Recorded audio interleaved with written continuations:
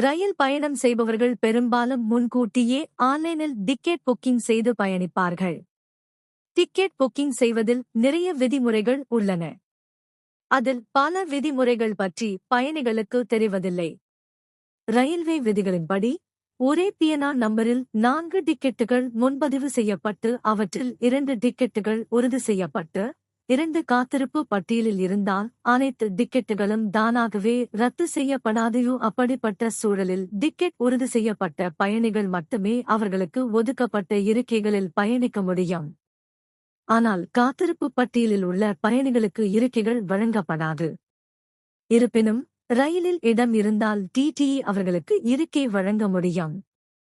ஆனால் அதற்கு எந்த உத்தரவாதமும் இல்லை. அதாவது சீட் கிடைக்காமலும் போகலாம். இந்த நிலையில் டிக்கெட் உறுதிப்படுத்தப்பட்ட டிக்கெட்டுடன் இணைக்கப்பட்டுள்ளதால் காத்திருப்பு டிக்கெட்டுகளுக்கு பணத்தை திரும்பப் பெற முடியாது. இந்திய ரயில்வே அதை ஓரளவு உறுதிப்படுத்தப்பட்ட டிக்கெட்டாக கருதுகிறது. அதாவது சில பயணிகள் பயணிக்க அனுமதிக்கப்படுவார்கள், மற்றவர்கள் பயணிக்க அனுமதிக்கப்படுவதில்லை. நீங்கள் பயணம் செய்ய விரும்பவில்லை என்றாலோ அனைவருக்கும் பணத்தை திரும்பப் பெற விரும்பினாலோ பயணத்திற்கு முன் முழு டிக்கெட்டையும் ரத்து செய்வதே சிறந்த வழியாக இருக்கும்.